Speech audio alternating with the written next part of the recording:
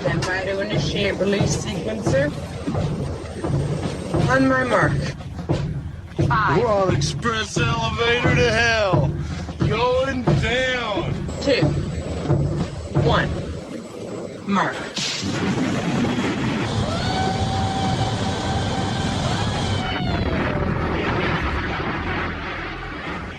Hello, everyone. My name is Mark, a.k.a. Derringer. Today is Sunday, March 11th, and you are listening to the real episode 147 of the Instant Action Podcast, your weekly source for Planetside 2 news and information.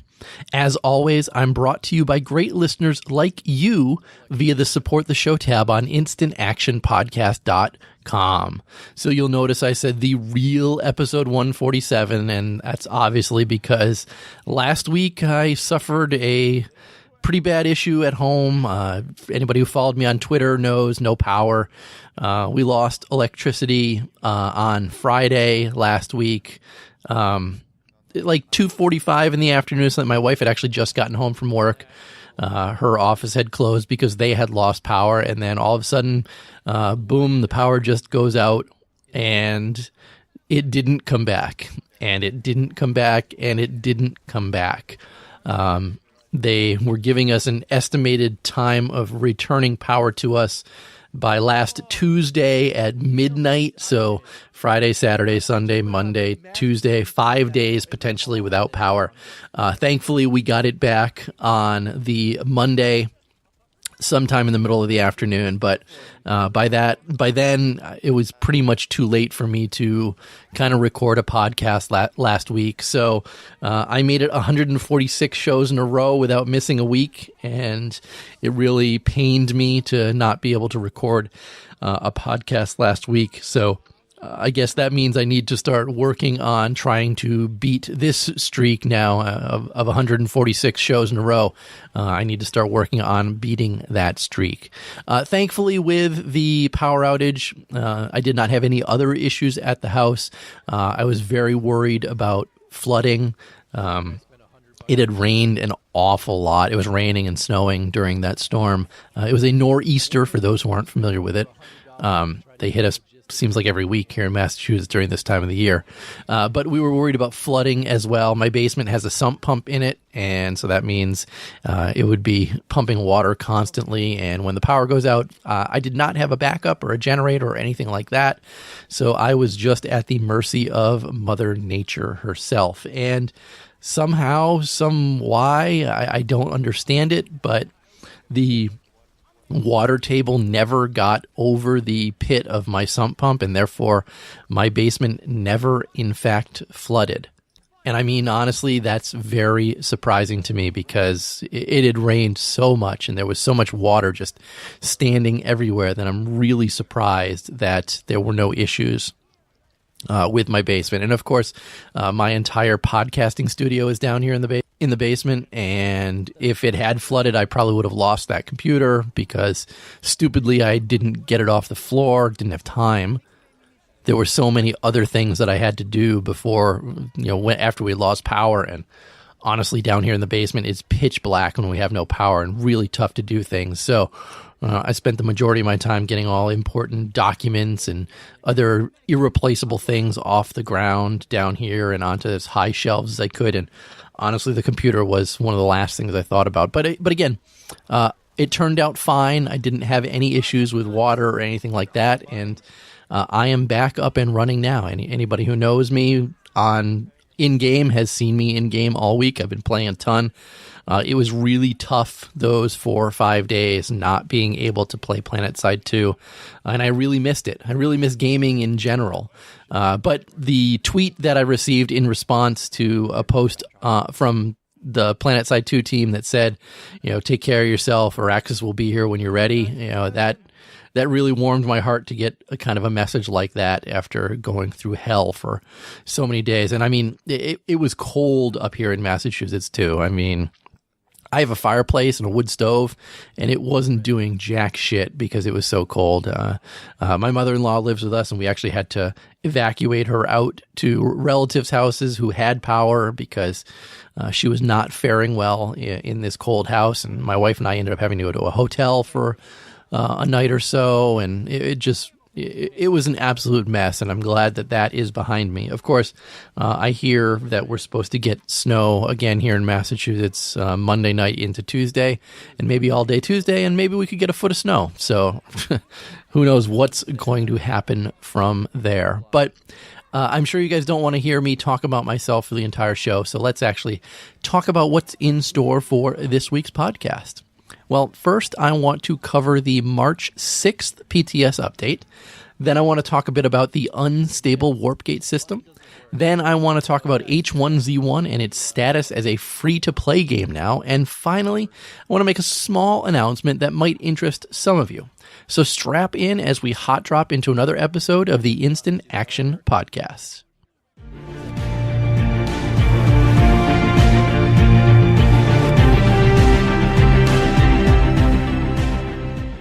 All right, first up, like I said, the March 6th PTS update. Again, for those that don't know, PTS Public Test Server, available for PC players only. Sorry, PS4 folks.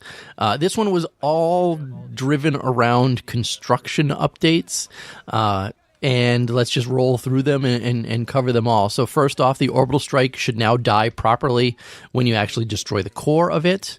And next, this is the big thing that's out on PTS right now, and if you haven't had a chance to go play it, this is a main reason to go out and check it out. So, Orbital Strike can now be used in no deploy, no construction zones. And again, why is that huge? Because it is now going to mimic the original orbital strikes back in the original Planetside. As you know, the current orbital strike can only be used inside a construction zone currently. As I said, out on the PTS right now, you are able to drop an orbital strike on any existing base within the game itself. It is going to be a very powerful tool going forward within the game to try and knock out enemy sunderers or a good tank column, a big Zerg coming at a base. It's a big change and something that I have been pushing for a long time. I think I've probably been pushing for this ever since they talked about the orbital strike. And a few weeks ago, I announced that this was going to be something that we were going to be seeing in the game coming soon. So very excited to see that this is out on PTS. Haven't had a chance to play with it yet, but this could be the one thing that gets me to do a little bit of construction, even though I'm not doing construction currently. And as far as I know, they are still planning on allowing anybody that's within a building to be reduced down to 1 hit point. I don't agree with that. I think that if you are inside a building, that you should not be affected by the orbital strike. I think if you're outside of the building, then yes, orbital strikes should kill you, and that should be that. But everybody inside of a building, I don't know why the orbital strike would necessarily hurt them. I mean, the orbital strike itself does not hurt the existing buildings within the game itself, and maybe this is just their workaround to say, hey, you know, you have to pretend that the building's being destroyed, and that's why everybody's getting reduced. But it worked fine in the original Planetside. You know, we dropped orbital strikes on top of a building, and anybody that was inside, they didn't get affected by it, and that was good. So I'm hoping that ultimately the devs kind of rethink this particular thing and not have the the orbital strikes affect people that are inside buildings. I just don't think it's the right way to go with this. Not to mention that it's going to be a field day for people inside building killing each other. Could really wreak havoc inside of a building. The other changes to construction with this patch, silos will no longer power enemy constructions. The structure shield module, the sky shield module, and the AI, that's the anti-infantry module, should no longer show red when they're placed next to each other. You should no longer be able to place construction objects under the ground or in the air. I know that's a pretty hefty exploit that a lot of people are doing, you know, placing hives underneath the ground and screwing people over. Certain modules should no longer decay while they're actually being powered. The Howler siege damage will now work on all factions, not just Vanu, which is kind of amusing. The pillbox structure shield should no longer flash on and off. Again, you see mostly just some little fixes, with the orbital strike change being the one big change for this. Now, there are some additional known bugs that are still being ironed out. The resists for the siege weapons are not functioning. The welding tool and deconstruction tool will overlap if bought in the same life. Projectiles from the IPC, that's the glaive targeting device, are not showing up.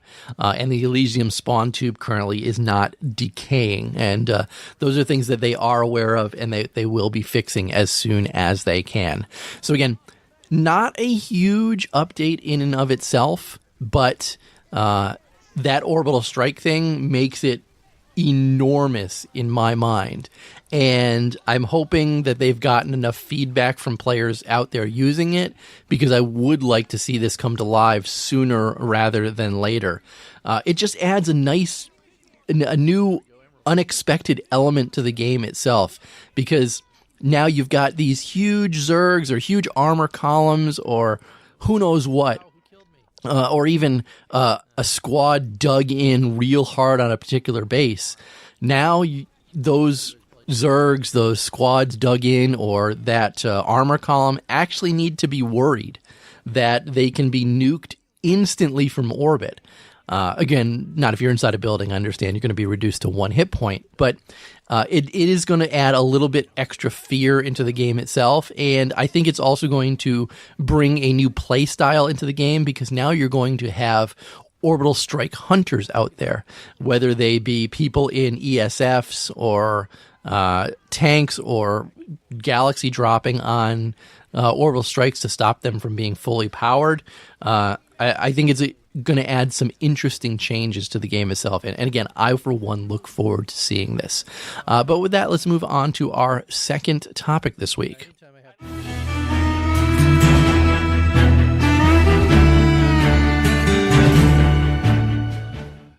All right, second today, I want to talk about unstable warp gates. And the reason being is that because last week, Rel tweeted out a picture of unstable warp gates, but instead of being the outer ring of a continent, it is actually 3 straight lines of Indar that head towards the center of the map.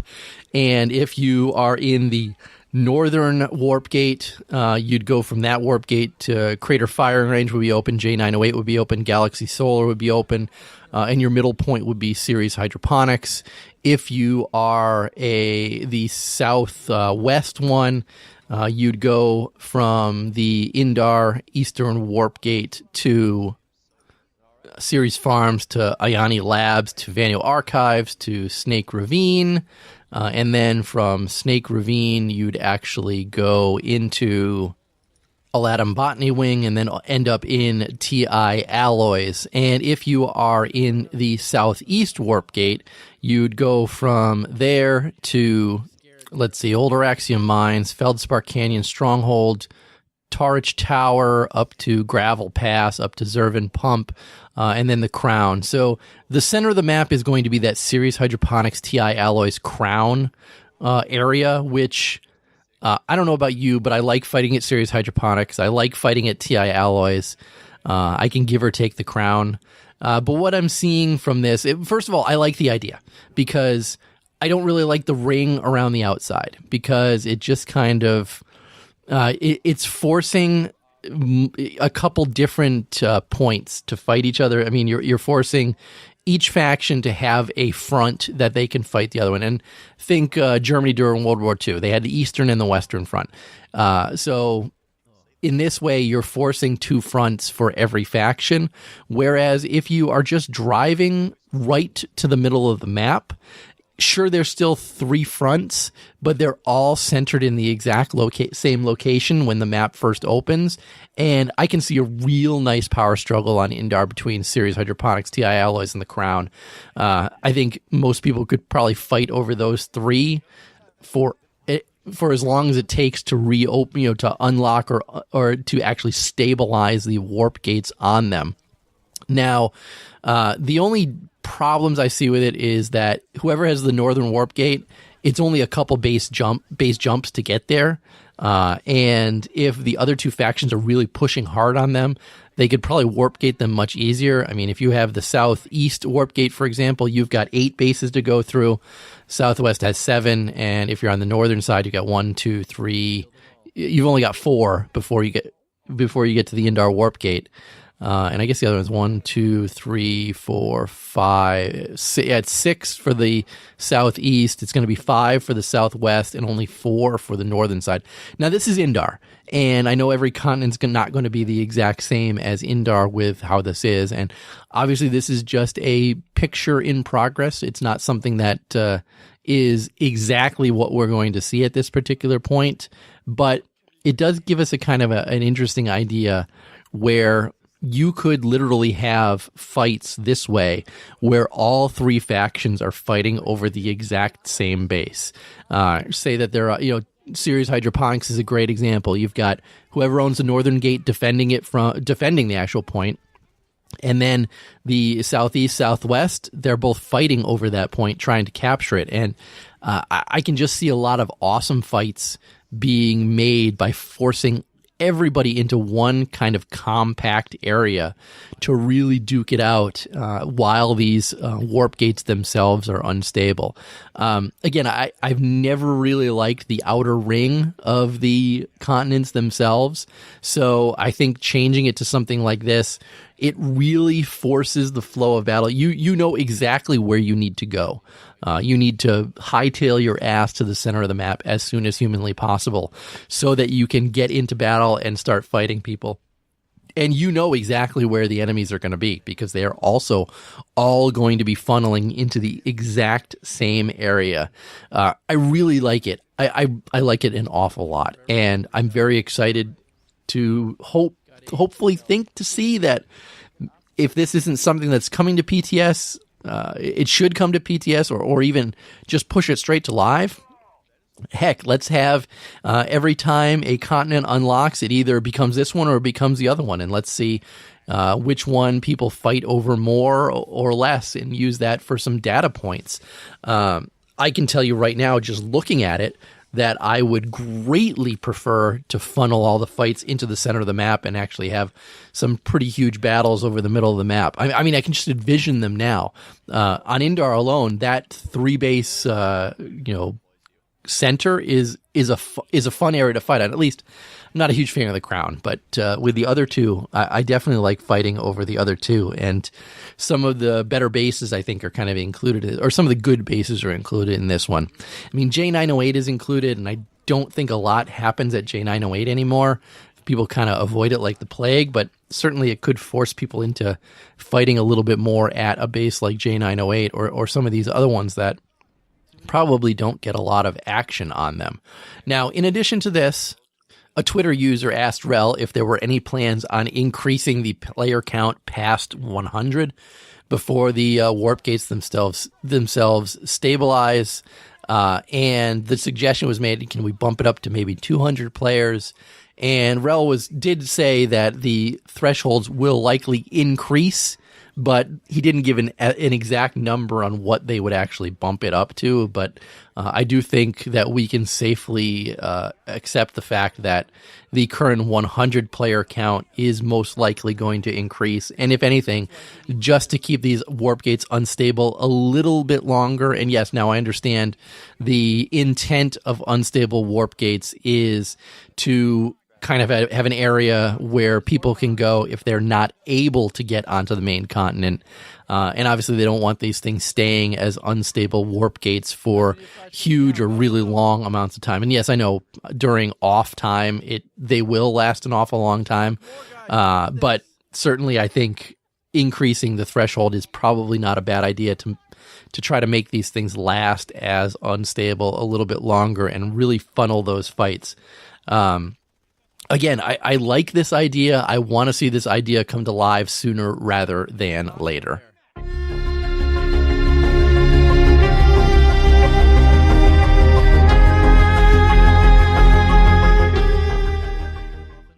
All right, third up this week, let's talk H1Z1. And yes, I know this is your podcast about Planetside 2, but we all know H1Z1 is also owned by Daybreak Games. But in case you missed it, this past Thursday, H1Z1 or Daybreak Games announced that H1Z1 is now free to play. They also dropped the Auto Royale mode of it as well, and anybody who had bought the game, they gave you an appreciation pack, which had some gear in it and some other stuff.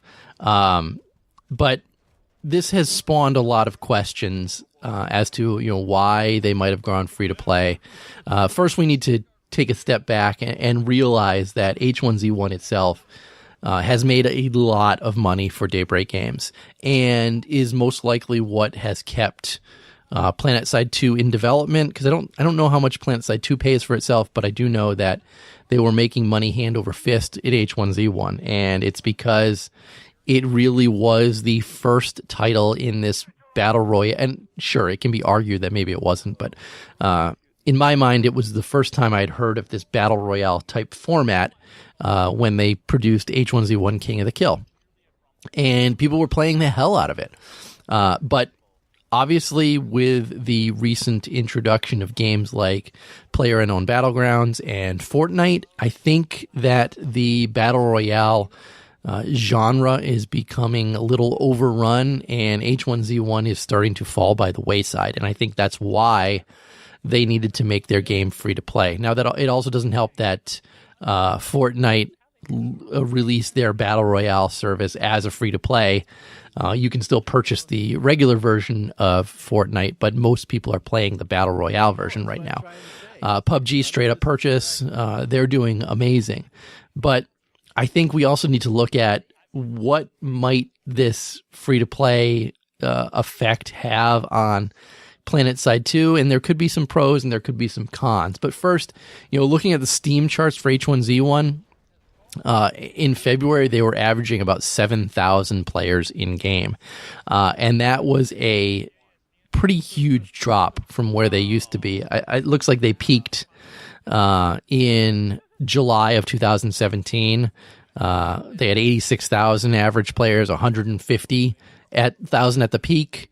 And again, now this last February, they were at 7,000. Their peak players were 14,000. But again, averaging only 7,000 down from 71,000 is an exponential decrease in players. And obviously the reason is everybody's playing PUBG and they're playing Fortnite.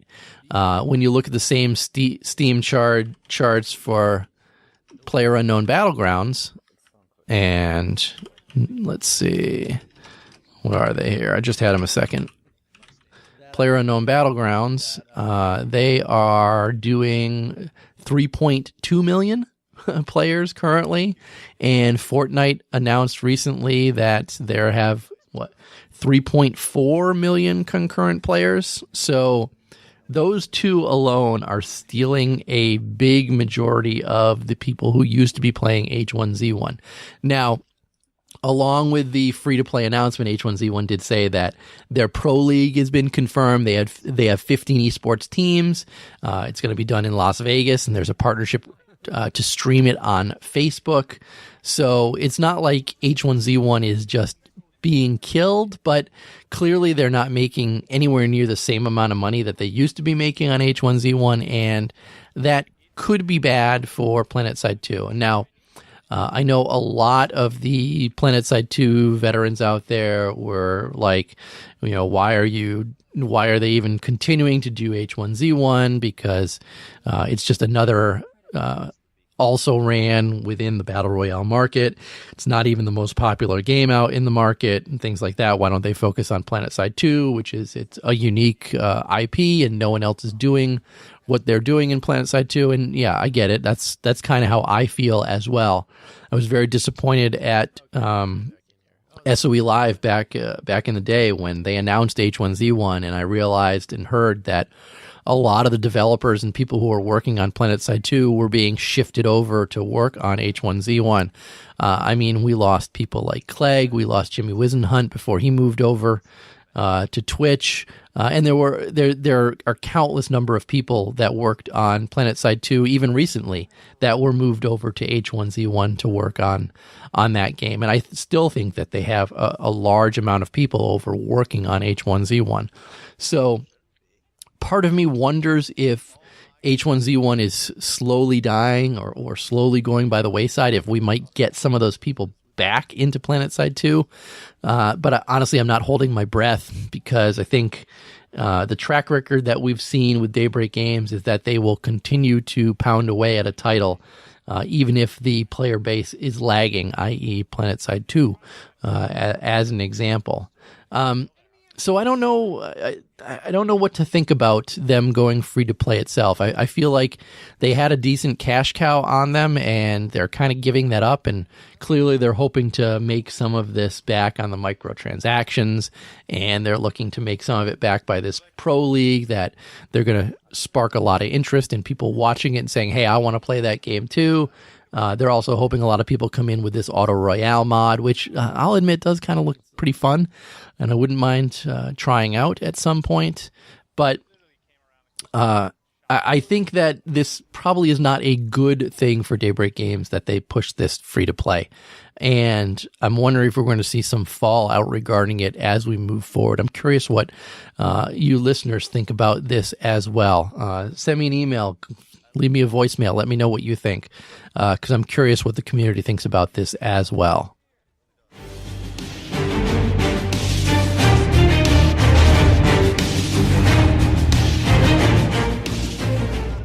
All right, fourth and final topic. I know I said I had a small announcement that I wanted to make, and some of you already know this, and if you do, thank you. But I have actually started streaming on Twitch again. Now, my channel is The Derringer, so twitch.tv/The Derringer. I'm playing primarily Planetside 2. I streamed a whole bunch this past week.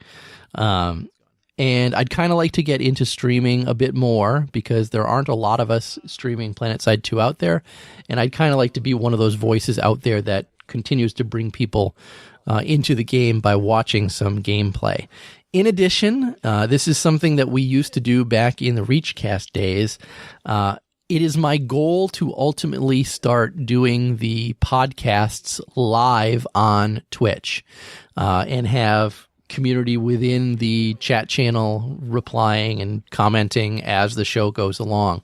I really think that's a goal that I'd like to do. I don't have an ETA on when I'd like that to get up and running, but obviously sooner rather than later.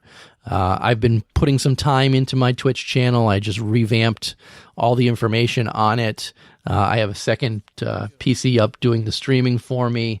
I've added some bots to the channel, one that is linked to the Philips Hue lights that are in my basement. So actually, if you're in my channel watching me play, you can actually change my lights to a faction color, like a blue or a red, a purple, or a yellow or a teal, some of the alt colors as well. Unfortunately, the Hue lights don't do black.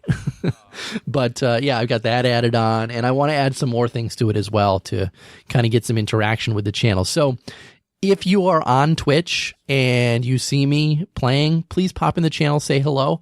I will talk back to you, I promise. And if you need someone else to follow, feel free to follow me. Like I said, The Derringer.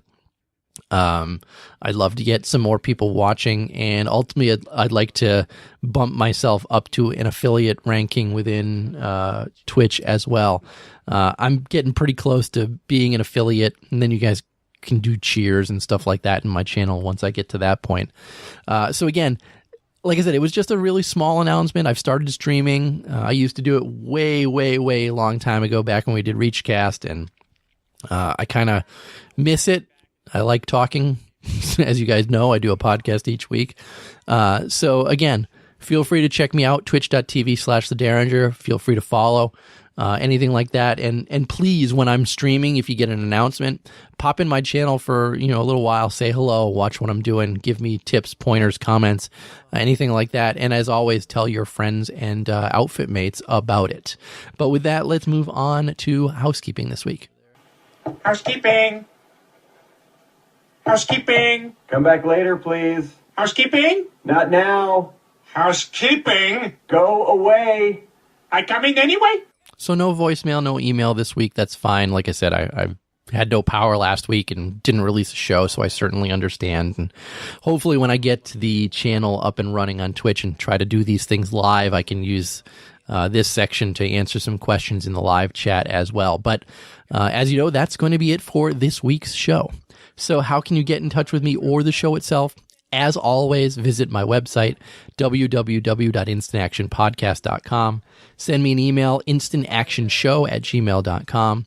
Call me, leave me a voicemail, 347-4VM-4PS2 or 347-486-4772. The show's Twitter account is @InstActPodcast, and my personal Twitter is @TheDerringer. So in closing, if you've enjoyed the show, please leave me a review on your podcast listening avenue of choice, whether it's iTunes, Stitcher, Google Play, or anywhere else.